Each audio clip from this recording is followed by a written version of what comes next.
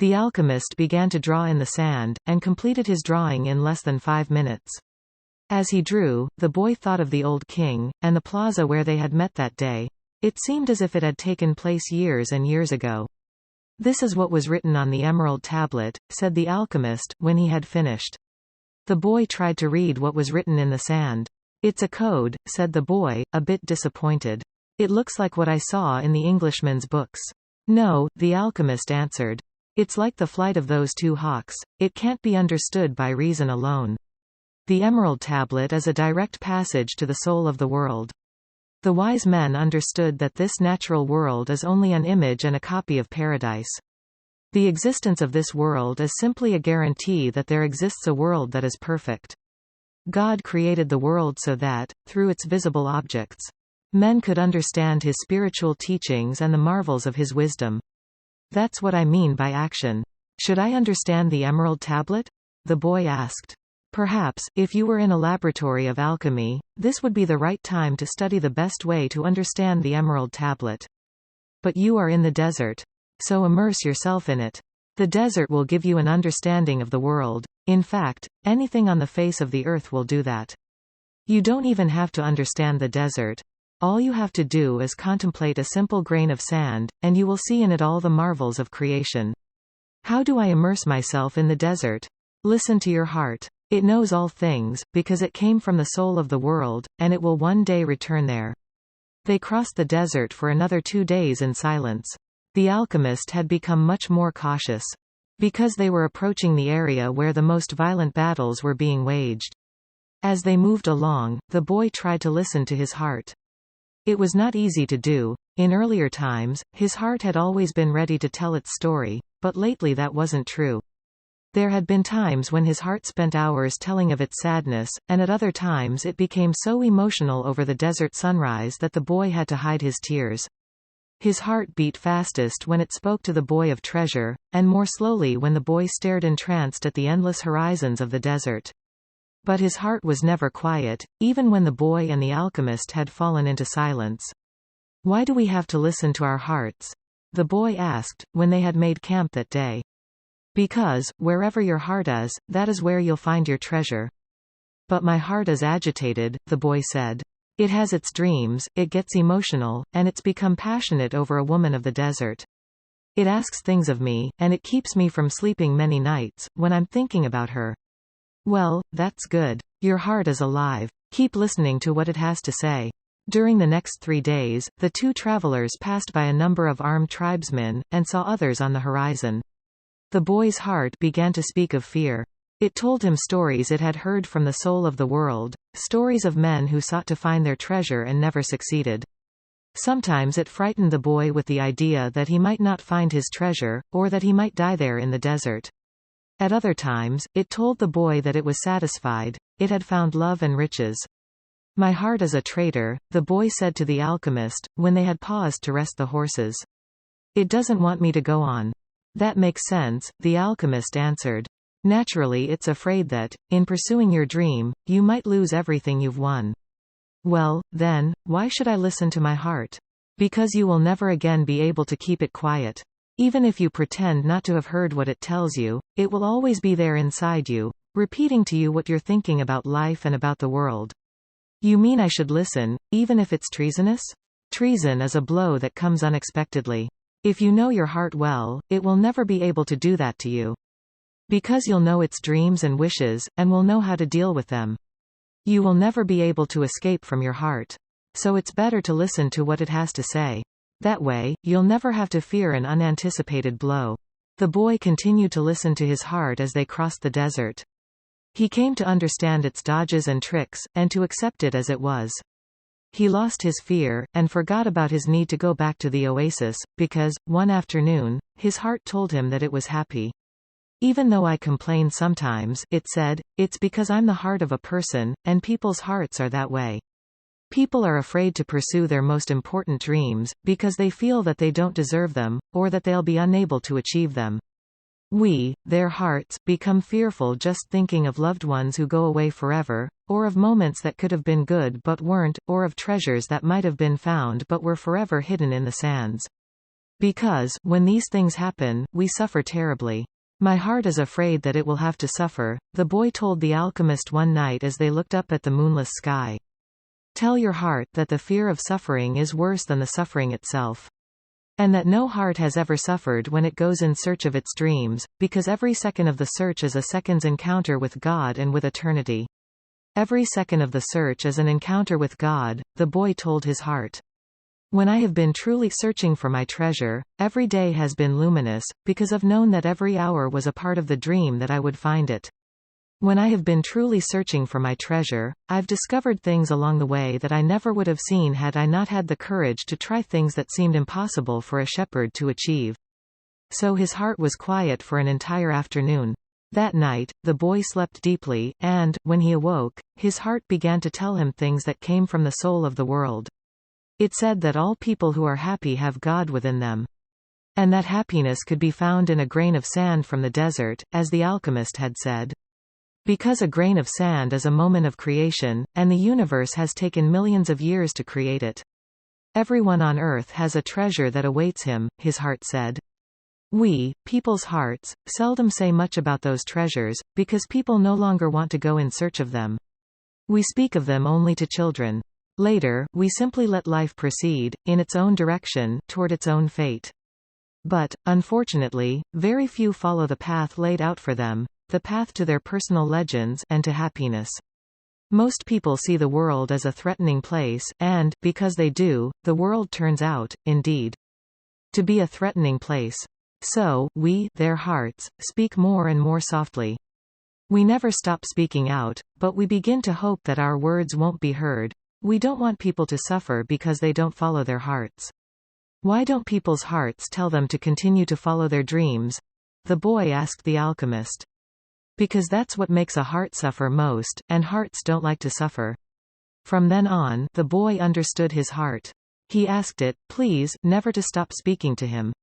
He asked that, when he wandered far from his dreams, his heart press him and sound the alarm. The boy swore that, every time he heard the alarm, he would heed its message. That night, he told all of this to the alchemist. And the alchemist understood that the boy's heart had returned to the soul of the world. So what should I do now? The boy asked. Continue in the direction of the pyramids, said the alchemist. And continue to pay heed to the omens. Your heart is still capable of showing you where the treasure is. Is that the one thing I still needed to know? No, the alchemist answered. What you still need to know is this. Before a dream is realized, the soul of the world tests everything that was learned along the way. It does this not because it is evil, but so that we can, in addition to realizing our dreams, master the lessons we've learned as we've moved toward that dream. That's the point at which most people give up. It's the point at which, as we say in the language of the desert, one dies of thirst just when the palm trees have appeared on the horizon.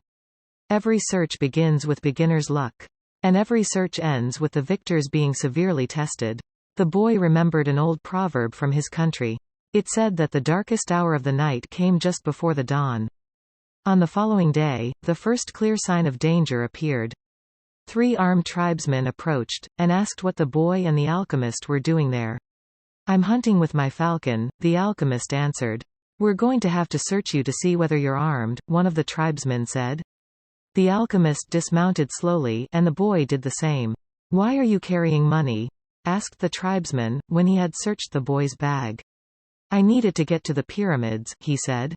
The tribesman who was searching the alchemist's belongings found a small crystal flask filled with a liquid, and a yellow glass egg that was slightly larger than a chicken's egg. What are these things? He asked.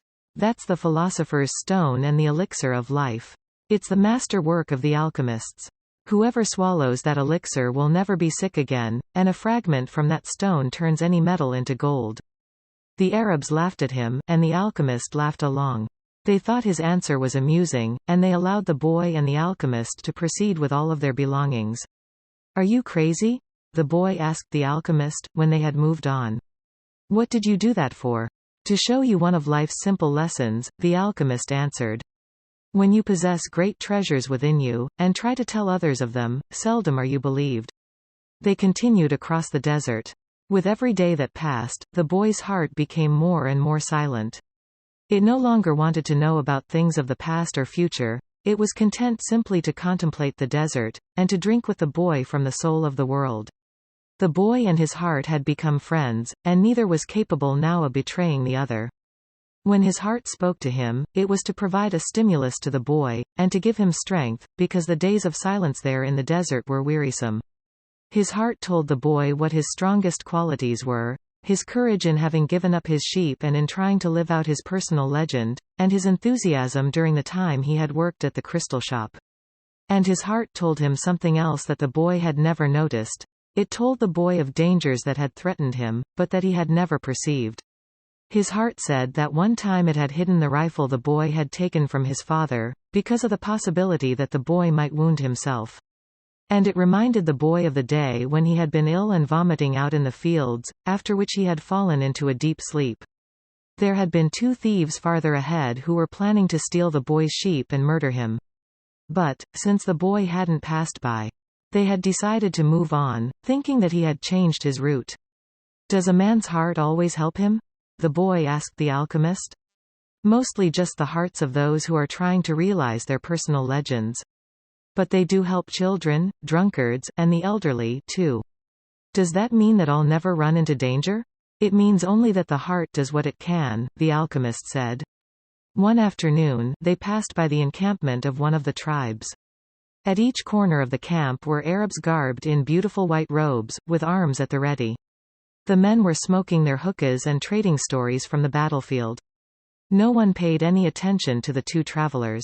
There's no danger, the boy said, when they had moved on past the encampment.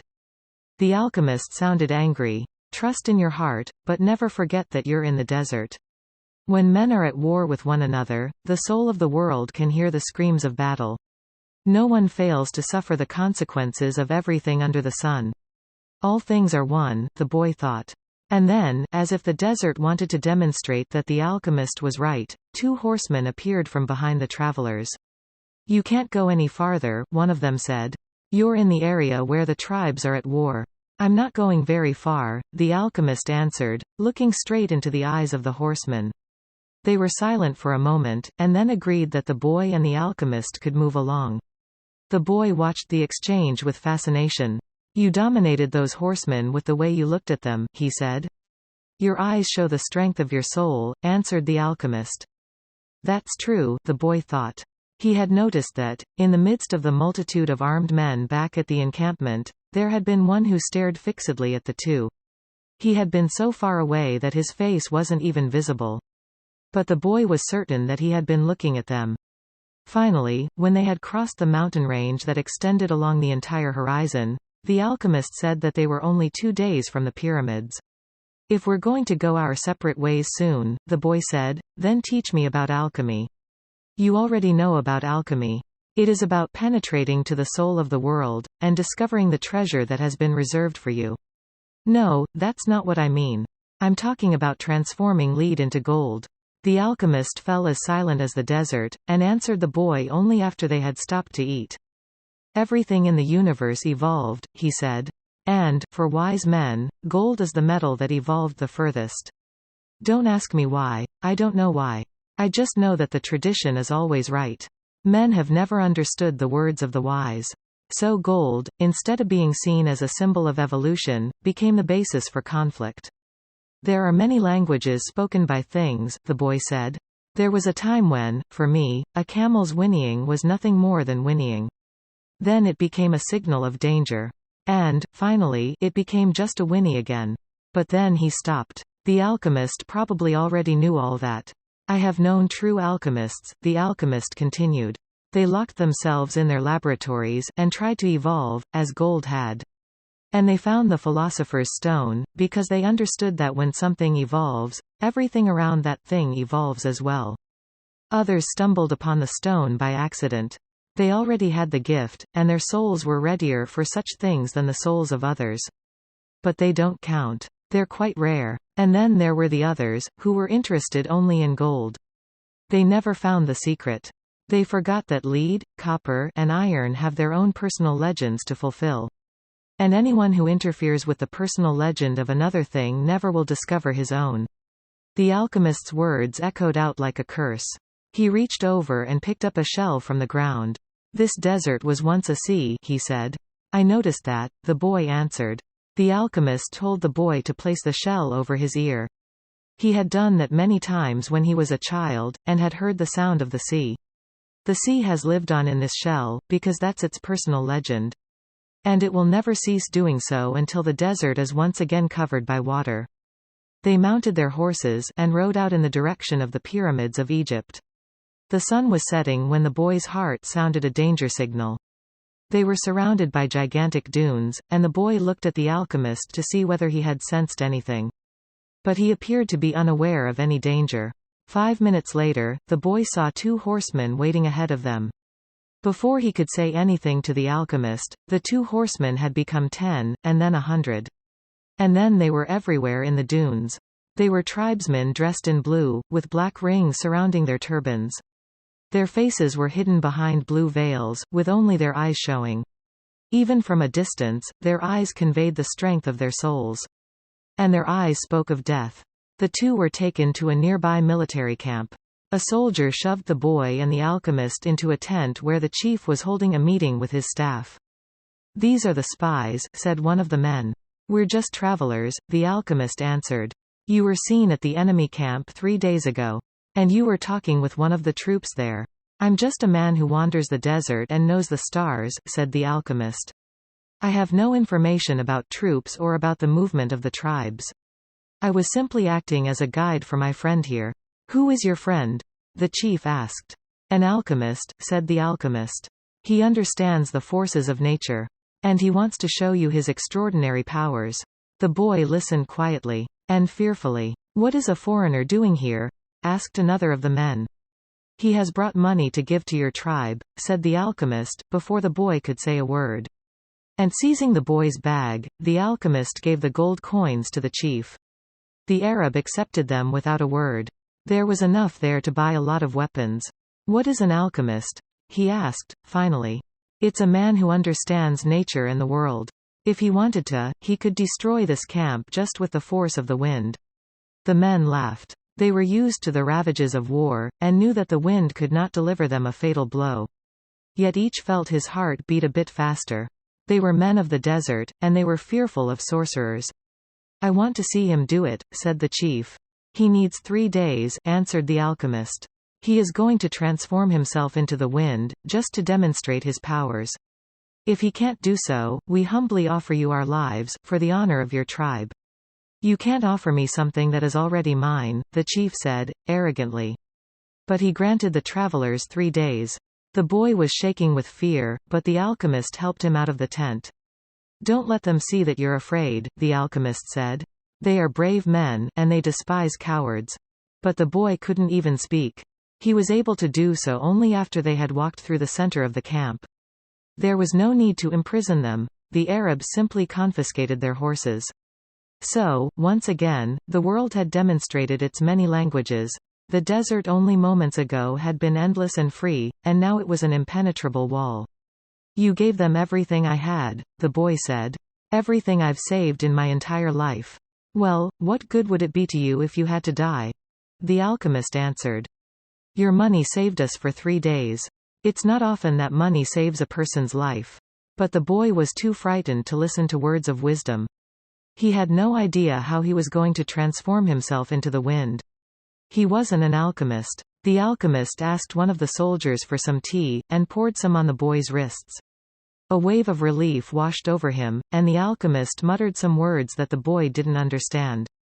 "Don't give in to your fears," said the alchemist, in a strangely gentle voice.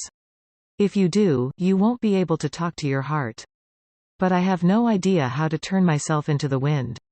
If a person is living out his personal legend, he knows everything he needs to know. There is only one thing that makes a dream impossible to achieve: the fear of failure. "I'm not afraid of failing. It's just that I don't know how to turn myself into the wind." "Well, you'll have to learn. Your life depends on it." "But what if I can't?" "Then you'll die in the midst of trying to realize your personal legend. That's a lot better than dying like millions of other people, who never even knew what their personal legends were." "But don't worry," the alchemist continued. "Usually the threat of death makes people a lot more aware of their lives. The first day passed. There was a major battle nearby, and a number of wounded were brought back to the camp. The dead soldiers were replaced by others, and life went on. Death doesn't change anything, the boy thought. You could have died later on, a soldier said to the body of one of his companions. You could have died after peace had been declared. But, in any case, you were going to die. At the end of the day, the boy went looking for the alchemist, who had taken his falcon out into the desert. I still have no idea how to turn myself into the wind, the boy repeated. Remember what I told you. The world is only the visible aspect of God. And that what alchemy does is to bring spiritual perfection into contact with the material plane. What are you doing? Feeding my falcon. If I'm not able to turn myself into the wind, we're going to die, the boy said. Why feed your falcon? If I'm not able to turn myself into the wind, we're going to die, the boy said. Why feed your falcon? You're the one who may die, the alchemist said. I already know how to turn myself into the wind. On the second day, the boy climbed to the top of a cliff near the camp. The sentinels allowed him to go. They had already heard about the sorcerer who could turn himself into the wind, and they didn't want to go near him. In any case, the desert was impassable.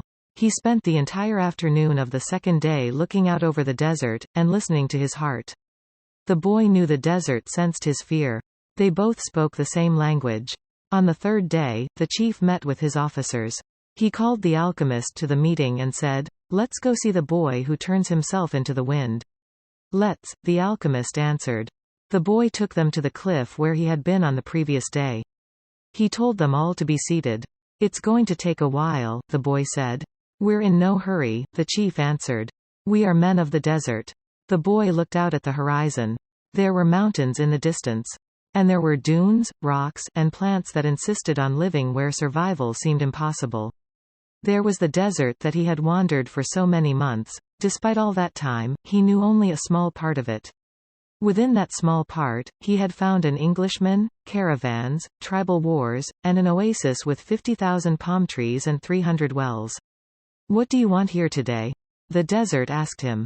Didn't you spend enough time looking at me yesterday? Somewhere you are holding the person I love, the boy said. So, when I look out over your sands, I am also looking at her. I want to return to her, and I need your help so that I can turn myself into the wind. What is love?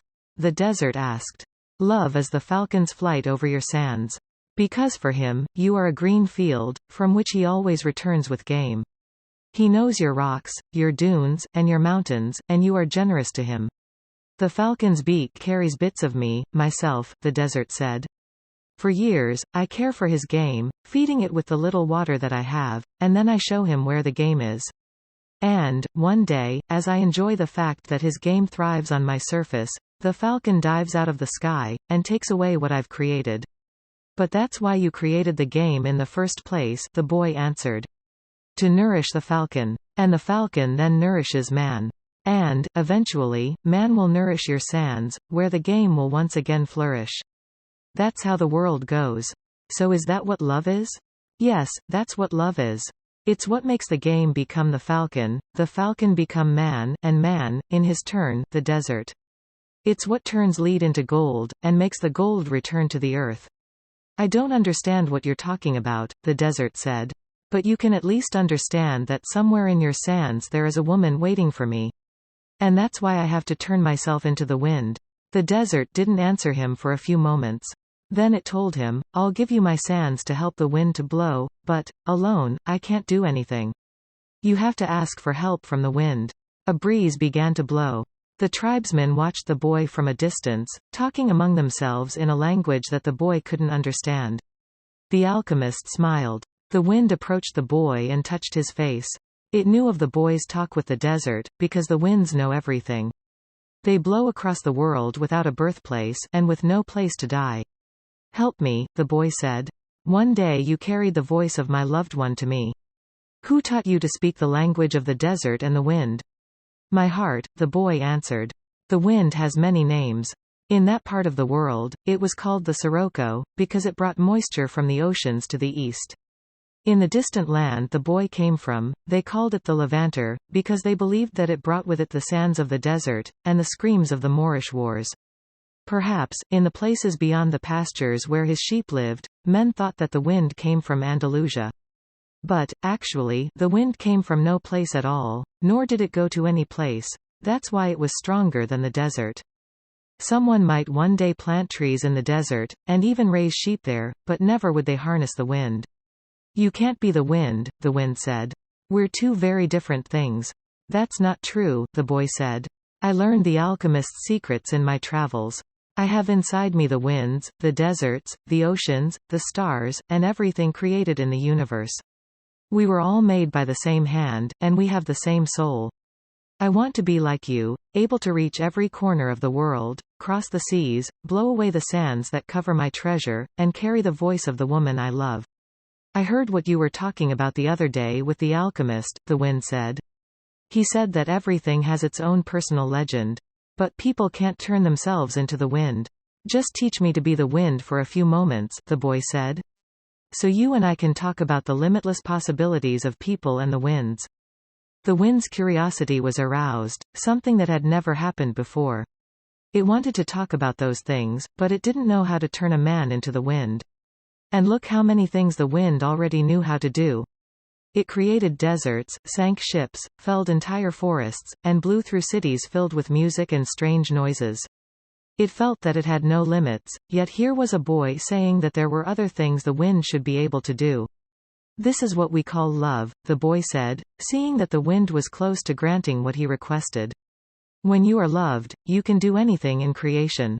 When you are loved, there's no need at all to understand what's happening, because everything happens within you, and even men can turn themselves into the wind.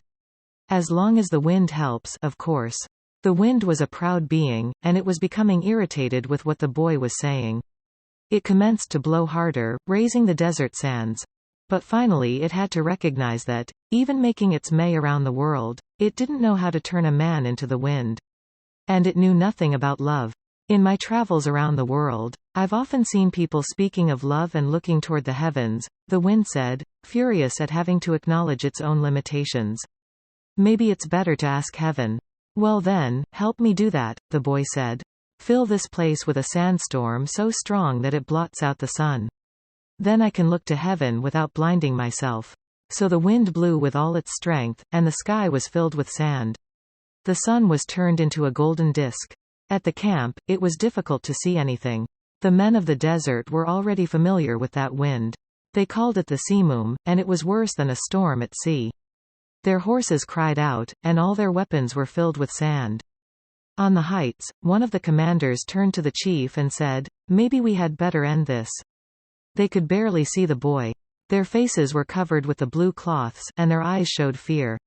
Let's stop this, another commander said. I want to see the greatness of Allah, the chief said, with respect. I want to see how a man turns himself into the wind.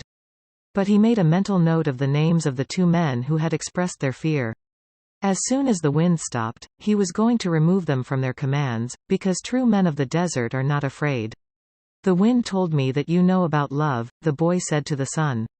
If you know about love, you must also know about the soul of the world, because it's made of love. From where I am, the sun said, I can see the soul of the world. It communicates with my soul, and together we cause the plants to grow and the sheep to seek out shade. From where I am, and I'm a long way from the earth, I learned how to love. I know that if I came even a little bit closer to the earth, everything there would die, and the soul of the world would no longer exist. So we contemplate each other, and we want each other, and I give it life and warmth, and it gives me my reason for living. So you know about love, the boy said. And I know the soul of the world, because we have talked at great length to each other during this endless trip through the universe. It tells me that its greatest problem is that, up until now, only the minerals and vegetables understand that all things are one. That there's no need for iron to be the same as copper, or copper the same as gold. Each performs its own exact function as a unique being. And everything would be a symphony of peace if the hand that wrote all this had stopped on the fifth day of creation. But there was a sixth day, the sun went on. You are wise, because you observe everything from a distance, the boy said.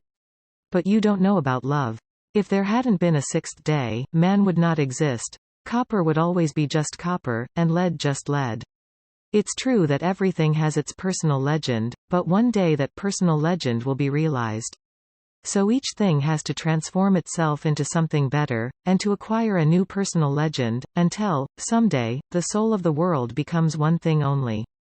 The sun thought about that, and decided to shine more brightly.